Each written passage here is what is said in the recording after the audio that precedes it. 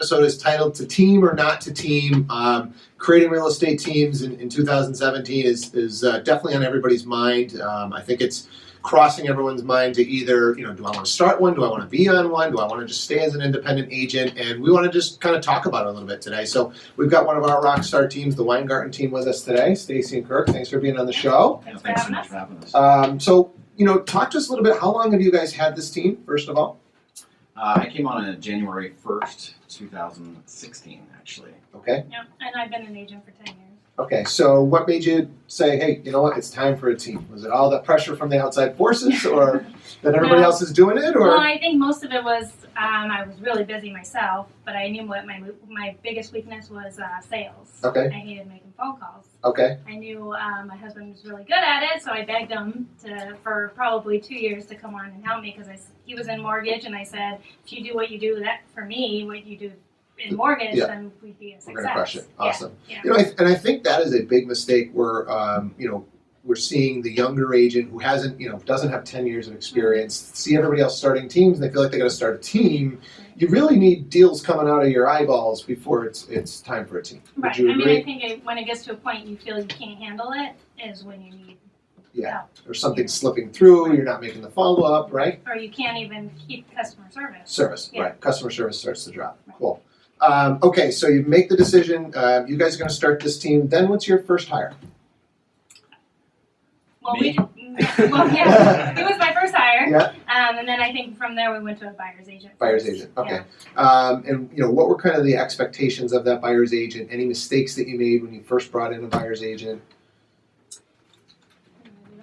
I think the most important thing is getting somebody that's hungry to go after it, and somebody that may not be new, but somebody that's looking to really do well with real estate and may not be or have the sales experience that we do now. Sure. And the hiring process, how did you go about picking the right person? Was there any tests that you put them through or anything like that? We do a disc test, just to find out what their personality is and kind of figure out what they're like.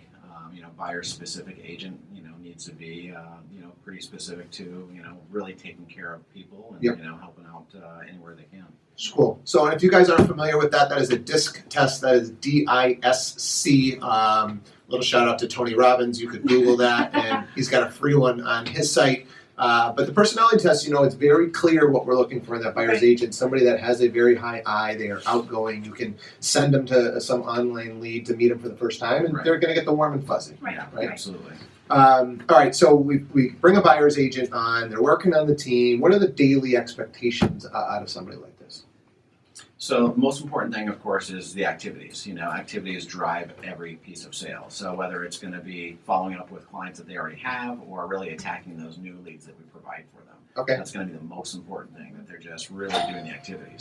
And how do you stay on top of them to make sure that they're doing these things? Yeah, so easiest way, of course, is to see if they have any deals or they are converting, but really watching that daily. How many calls you're doing compared to how many listing appointments you're getting, or I should say buyer appointments, and then how many buyer appointments are turning into contracts. Okay. That's pretty. And so you're having them track this in a spreadsheet or a piece of software? Yeah. We do have a spreadsheet in Excel that's just a daily tracker, just to give us an idea of what they're doing every single day.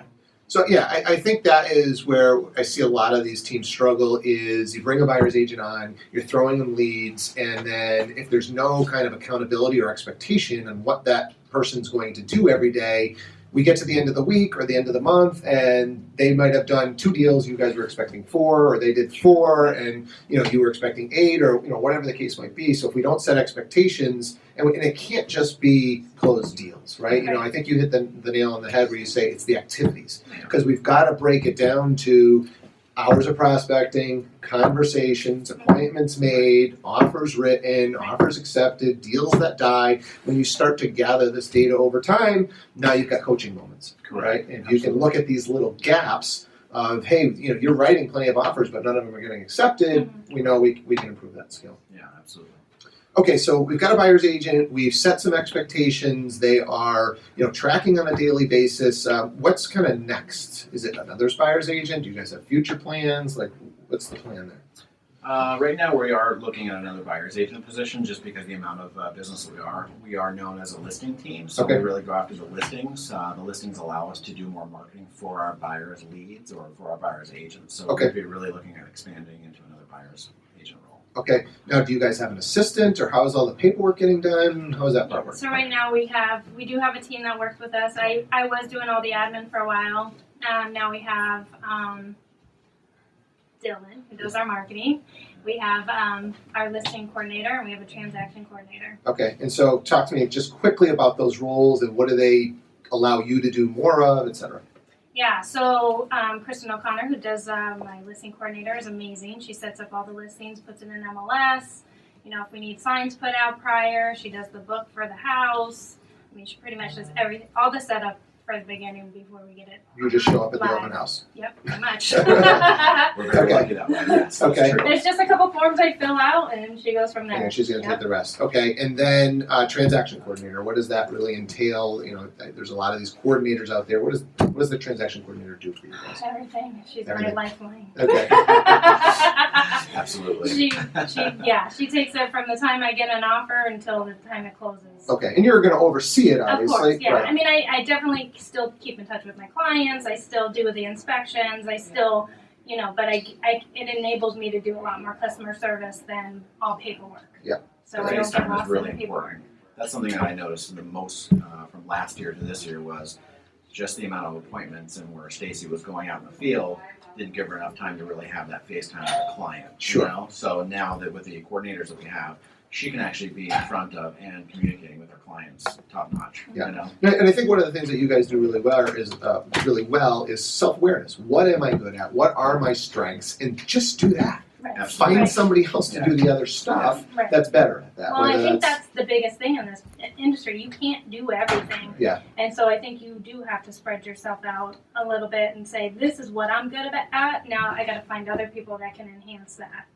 Enhance is a good term. there. Yeah, and that's exactly what we did when I came on the team. We both talked, obviously, for quite a long time before I left my position of 17 years in the mortgage business, but it just became a defining moment of, well, I'm not going to replace her 10 years of experience by me coming on and getting my real estate license, and vice versa. She's not going to get 25 years of sales experience, so let's really define those roles. And truly now, I do sales and marketing only, and she does the real estate. It really works out well. Yep. Yeah. Yeah, I mean, anytime I think you can replace yourself with somebody else that you can pay a good fee, right? You're going to make a little bit less of that commission, Yeah. but the client is going to get that experience of professional marketing, professional Absolutely. photography, professional writing, and that type of stuff. And that's what we're seeing on our listings, and that's why we're doing well, is because those clients are really seeing that, and I think that's a defining moment for us. Just you, instead of making a full commission, you make 3/4 of a commission because you might have to pay some people, but then it turns into 2 referrals, It's right? all Which are worth it. free, which is free business. And that's what we're seeing. Yeah. Yeah. Absolutely. And the feedback you get from people is crazy. You Yeah. know, because up front, they're like, who are all these people we're working with? I don't get it. And Right. then at the end of the transaction, they're like, that was amazing and what's so How smooth. everybody Yeah. works together. Everyone works together. Yeah, everyone has a job. Biggest advantage of having a team.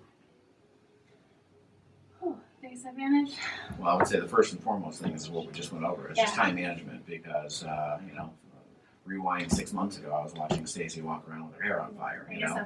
that's not. So now having those parties on our team is really incredible. Have them Just to be able defined. to- and just be able to get our time back. Sure. Time is the only thing that we all have the same amount of, but what we do with it is different. Sure. You know, and that's really something that we've really, really done well with. You know? Okay.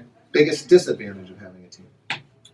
Just the people I think you bring on the team, just make sure you guys are all on the same page. Yep. Yeah, make sure everyone's motivated by, everyone's motivated by something different, but just to find out, what makes this person tick, what makes this person tick, just so we can all work together, so seamlessly, Sure. I guess, and that we can help each other and basically be open enough to where we can tell each other what, where their weak links are, Sure. I guess. I think what I've seen a lot from team development is you've got a team leader saying, I want to start a team so that I can work less. And I think a lot of times the team leader is really going to have to work more, I right? agree. You might be able to schedule your time a little bit better, right? And take a week off and go on the vacation and spend time with the family, and the team can pick up the slack. But you're going to be working a lot, Right. right? And you've got to develop a new skill, which is leadership. Mhm. Right. Nobody's going to want to stay on your team if you're not helping them develop into becoming a better agent. So if you've got this "I'm going to hold you down" attitude, it's not going to work, and it becomes tough to continue. Well, and you don't want to make it like it's my team. Yep. You know, you don't. I mean, it's everyone's team, and we're all working together for the same goal. Yeah. And the easiest thing to think about that is that it is absolutely our job to make sure that they succeed. Yeah. Because if they succeed, we obviously succeed. And that is an absolutely true statement in sales, always. And I think it's a huge transition to go from just being an independent agent, worried about yourself, doing your thing, to team leader, responsible for people's lives and income and all of that. Every day we learn something new. Yeah. and we always are tweaking something throughout. Yeah. You know. But on that topic, biggest mistake, if you had one, or give me 5. I think always it's the training and the input and the output for our team doing more and more, and at the end of the day, there's only enough time. Right. Yeah. How much So training really can just you do? organizing that into really as much as you can to get the most out of each team member as you can, and for yourself as well. Yeah. You know? Yeah, I mean, as a broker owner, I've struggled with the training. We've tried every different method, and unfortunately, this business, a lot of times, you got to get in there and get your hands dirty and make a couple of mistakes. You got to do the work. You know, got to do the work. you got to do deal after deal after deal, and that's somewhere where I think a lot of new agents getting into the business could benefit from being on a team instead of just starting off on your own. Go on a team, take a lesser split, do 20, 30, 40 deals, really learn the business. Everybody wins. The team leader gets some leads captured and worked. Mhm. The person learns the business, right? And then and everybody can win in that situation. Maybe the person stays and is on your team forever. Maybe they grow and they go on to do their own thing. Right, Right. absolutely. Yeah. And that's the opportunity about real estate, and that's why I really love it. Even in mortgage, it was something that you could literally watch the top guys doing what they're doing, copy it exactly, and then try to put it in place for yourself. I think as a team, you have that advantage as well. Bringing somebody on that might be new, they can watch us do exactly what we're telling them to do, and then they can go do it themselves. One of my favorite Tom Ferry quotes is that's R&D, which is rip off and duplicate. That's it. That's his motto right there. This is a copy and paste business. Yeah. Cool. He always says, just Google it. It's on Google. Everything in real estate you want to know, you just Google it. Yeah. I think it really is that simple. Look, with technology and marketing, we're always trying to make little advances here. But if you've got an outside marketing coordinator, you can kind of rely on them to do that. Absolutely. The basics are not going to change about real estate, right? The They're all fundamentals. You've got to make the phone calls. It's a contact sport. Whoever makes the most contacts is going to win. Yep.